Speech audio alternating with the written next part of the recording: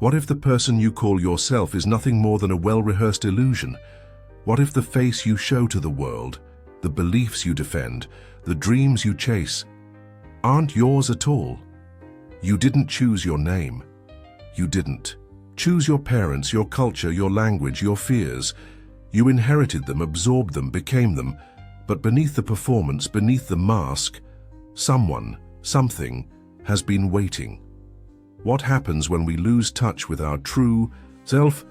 The question may seem abstract until the silence becomes unbearable, until the anxiety creeps in, until no amount of success, pleasure, or affirmation can drown out the quiet whisper. This isn't who I am. This is not about fixing your life. This is not about becoming better.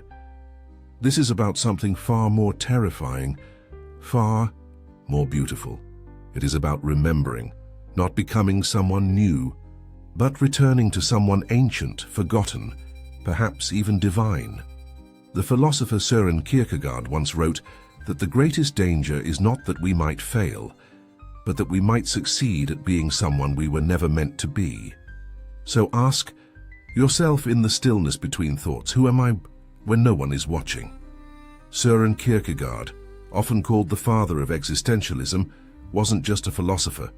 He was a surgeon of the soul. In 1849, he wrote The Sickness Unto Death, where he diagnosed a condition far more devastating than disease, far more insidious than sorrow. He called it despair. But not despair as we commonly know it. Not sadness, not depression. Kierkegaard's despair was existential, a silent scream buried beneath the rituals of daily life, a spiritual sickness that arises when we are not willing to be ourselves. He wrote, "Despair is the misrelation in the relation between the self and itself. In other words, when the self forgets itself, when it refuses itself, when it hides from its own becoming, despair is born." He saw life as a journey through three stages: the aesthetic, the ethical, and the religious. In the aesthetic, we chase pleasure, distraction, and surface identity.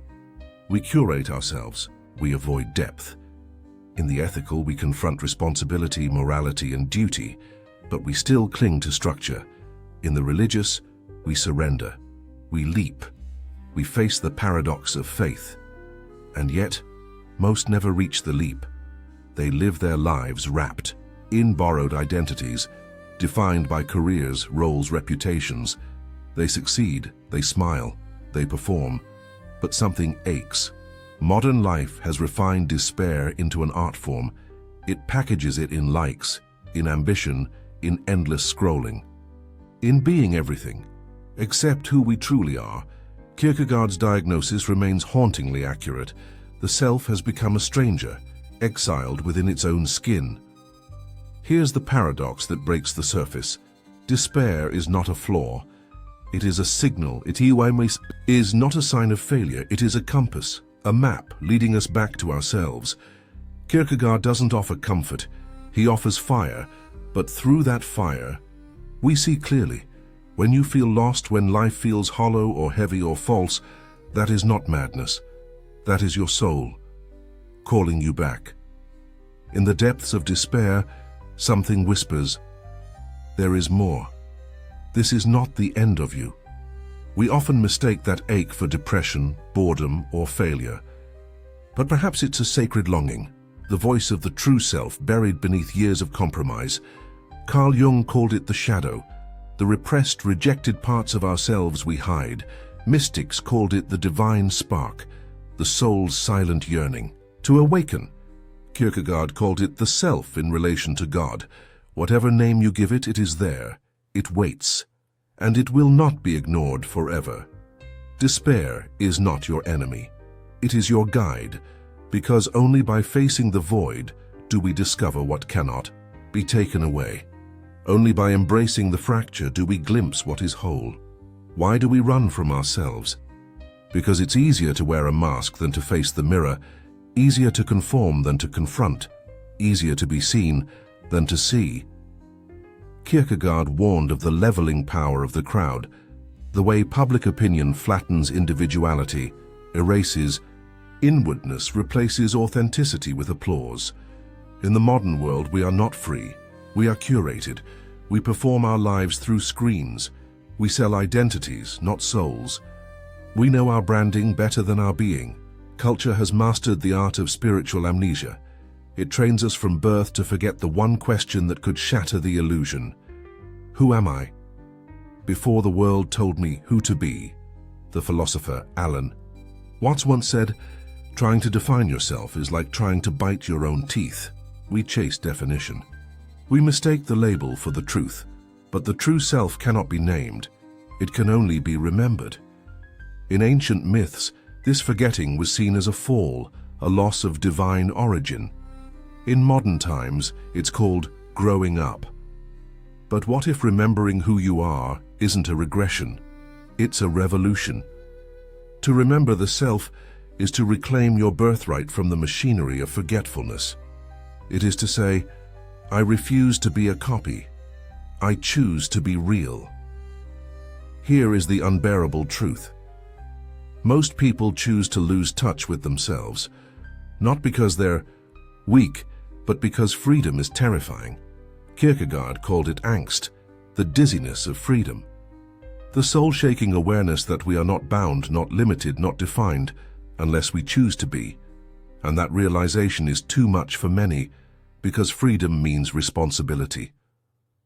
Responsibility means choice, and choice means the death of excuses. We prefer to be told who we are. We want the script, the rules, the expectations, because then we don't have to face the silence. But Kierkegaard offered another vision, the knight of faith, the one who walks alone, not in despair, but in defiance, the one who embraces paradox, who leaps into the absurd, the one who says, even in the absence of certainty, I choose to become. This is not comfort. This is not safety. This is a spiritual rebellion. To become your true self is to betray every system that wants to define you. It is to stand naked before existence and say, I will not be anyone else. So what happens when you lose touch with your true self? You do not collapse, you adapt, you survive, you fit in. But in the quiet hours, may you feel it. That ache, that haunting, that absence, the memory of something unnameable, something real. The true self does not die. It waits. It waits in the poems that move you, in the dreams that refuse to fade, in the questions that keep you up at night. Kierkegaard said, the self is a relation which relates itself to its own self. And in relating itself to itself, it relates itself to the power that established it. In simpler words, you are not an accident. You are not a construct. You are a question only you can answer. To live authentically is not to achieve something. It is to remember someone, and that someone is you. So before you rush into another identity, another goal, another performance, pause. Ask the question, dare to listen, because the self you're searching for is already whispering your name. What if the greatest threat to your existence isn't death, but living a life that was never truly yours? Every day we walk past strangers who smile politely, dress appropriately, succeed visibly, yet carry within them an invisible ache, an emptiness, a question they've forgotten how to ask. The world applauds their performance, but beneath the applause, something sacred is missing. We are taught what to be, rarely are we shown how to be ourselves. This isn't about identity in the modern sense, labels, preferences, personality traits. This is something deeper, something ancient. It's about the soul's silence, the eerie quiet that arises when we betray our essence and don't even know it. Søren Kierkegaard, the Danish philosopher, didn't call this a psychological disorder. He called it despair, a metaphysical sickness, a spiritual forgetfulness. And perhaps you already know what it feels like. You just haven't had the words until now. Kierkegaard believed the self doesn't begin in authenticity. It begins in confusion, in forgetfulness. He described 3 forms of despair, not emotions, but states. Of being, each one more haunting than the last. First, the despair of not knowing you are in despair. You're living a normal life. You smile, you achieve, you play the game, but something in you feels like unreal. You can't quite name it, so you ignore it. This, Kierkegaard warns, is the most dangerous kind, because you've mistaken your mask for a face.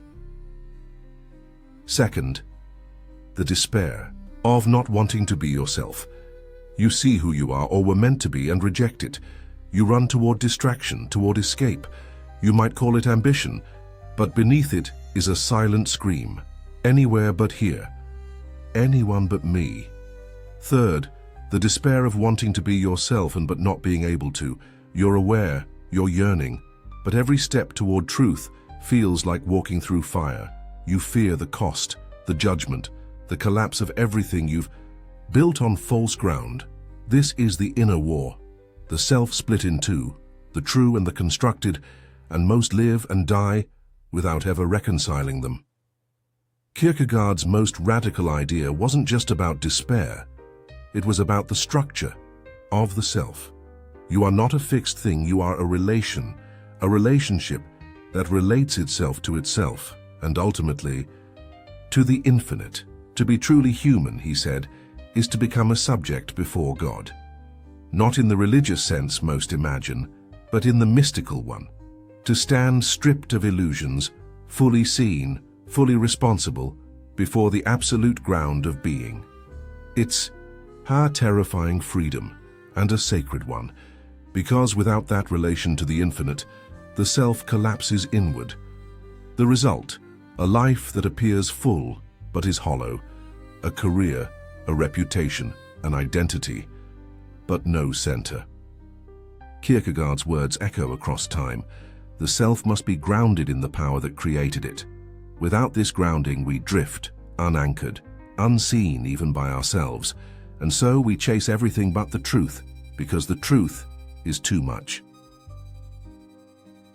In Kierkegaard's time, the danger was polite society. In ours, it's a digital masquerade. We curate selves.brand identities, fleeting reflections of what we think the world wants to see. We scroll through filtered lives, measuring our worth against projections. We construct images more carefully than cathedrals, but they are hollow temples, altars to false gods. Career becomes persona. Success becomes salvation. Even spirituality becomes a product to consume, rather than a truth to live. Kierkegaard called this the aesthetic life, a life of surfaces, pleasure, distraction, appearances, but beneath the glittering surface, a void, a silent despair that asks, what am I without all of this? Ancient mystics warned us. The Gnostics, the Desert Fathers, the Eastern sages, they spoke of false selves, masks we wear to survive until they begin to suffocate us, and now we are drowning in reflections, but starved for substance.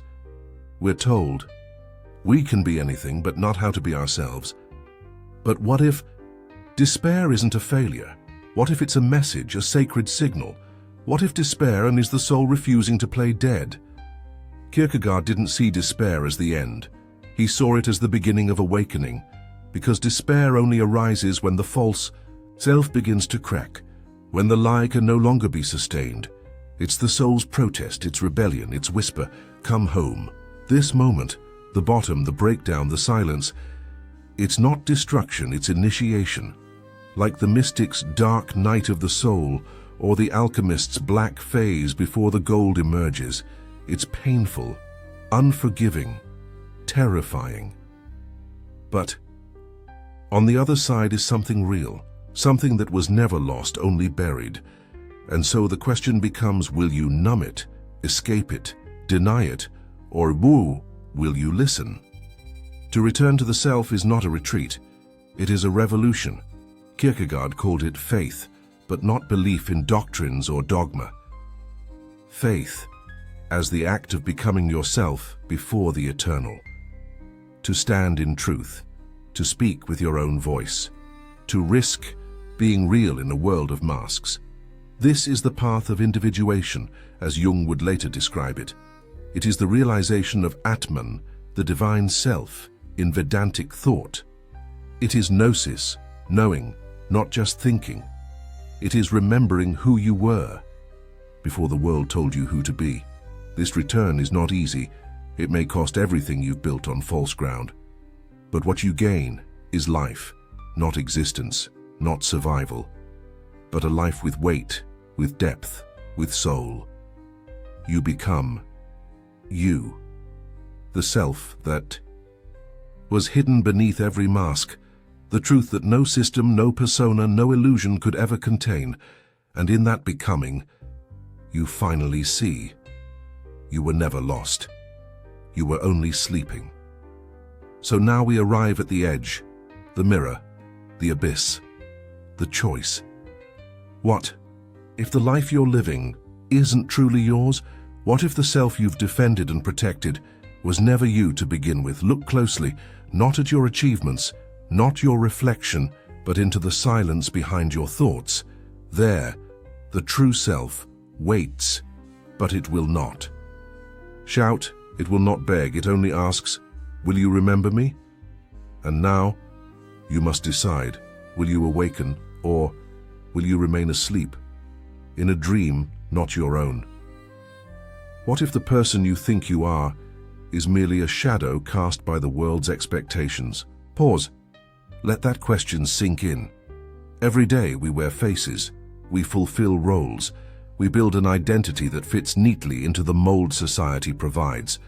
But somewhere, in the silence between thoughts and in the stillness of late-night doubt, something stirs. A whisper, a question, an echo. Who am I really? When you lose touch with your true self, the world doesn't stop turning, but inside, a quiet death begins. Not a physical one, but an existential unraveling. A drifting so subtle it feels like sleep. Yet beneath the layers of routine and performance, a hidden self waits, unseen, unheard. This is not just psychology, it is metaphysics. It is soul, and no one saw this more clearly than the Danish philosopher Søren Kierkegaard. To Kierkegaard, despair was not simply sadness or depression. It was the sickness unto death, a slow spiritual decay born not from what happens to us, but from what we refuse to become. The self, he said, is a synthesis of the finite and the infinite, of necessity and possibility. And when we refuse to engage in the task of becoming ourselves, when we deny the divine contradiction that we are, we fall into despair. There are two kinds of despair. The first is ignorance. We don't even realize we're lost. We think everything's fine. Our job, our family, our routine, all seems in order. But beneath the surface, something vital has gone missing. The second kind is worse. We know we are not ourselves, and we choose to stay that way. This despair isn't loud, it doesn't scream, it seeps. A spiritual fog, a sense of living without being fully alive. Kierkegaard wasn't writing for scholars. He was writing for you, for me, for anyone who has ever felt the quiet ache of inauthenticity. In our modern age, this despair has become a silent epidemic. We chase success, likes, followers. We perform identities that win approval. But deep down, something doesn't fit. Burnout, anxiety, addiction, these are not merely clinical disorders. They are spiritual symptoms, signals from the soul that we have wandered too far from our origin. Consider the story of the CEO who climbed every ladder, reached every peak, and then, on a quiet morning, found himself staring out a window wondering, why does none of this feel real? He isn't alone. Across cultures, across careers, people report a haunting emptiness, as if they're playing a part in a play they never auditioned for. The Buddhists speak of anatta, the non-self, a reminder that what we cling to as identity is illusion. The Gnostics told of souls trapped in forgetfulness, living as strangers to their divine essence. Every tradition agrees. When you forget who you are, suffering follows. Here lies the revelation. The self is not a thing. It is not found, but forged. Kierkegaard teaches us that the self is a becoming, a dynamic process, a relationship you have with yourself. It is a task, a calling, and despair, far from being a curse, is a sacred alarm, a spiritual GPS rerouting us back to authenticity. This changes everything. Your suffering is not meaningless. It is the tension of transformation. The alchemists understood this. They believed gold was not just a metal, but a metaphor. The true self is gold hidden in the base metals of persona and performance, and only through inner fire, through confrontation with despair, can the gold be revealed. The echoes of Kierkegaard's insight are found everywhere, if you know where to look. Christian mystics like Meister Eckhart spoke of the God beyond. God, urging seekers to let go of even their idea of self to encounter the divine spark within. Carl Jung described individuation, the lifelong quest to unify conscious identity with the unconscious truth of who we are. Shamans across cultures speak of soul loss, when trauma causes parts of our spirit to flee, leaving us hollow. Even neuroscience nods in agreement. The brain's default mode network, the part responsible for self-referencing, deactivates during deep meditation and ego-dissolving states. In those moments, people report not emptiness, but wholeness, connection, realness. So many paths. 1. Message: you are not who you think you are more. But there is a danger. The false self does not go quietly. It resists. It fights. It tells you that comfort is better than truth, that safety is better than freedom. Kierkegaard called this defiant despair, when we know we're false, but cling to the lie because it's familiar. We see this every day. The addict who won't stop, the perfectionist who can't rest, the person who wears a smile while dying inside. The ego builds a fortress of narratives. It whispers, better to be accepted for who you're not than rejected for who you are. But what is the cost? To keep the mask, you must kill the self beneath it. This is not just philosophy, it is warfare. Soul against shadow. There is a way back.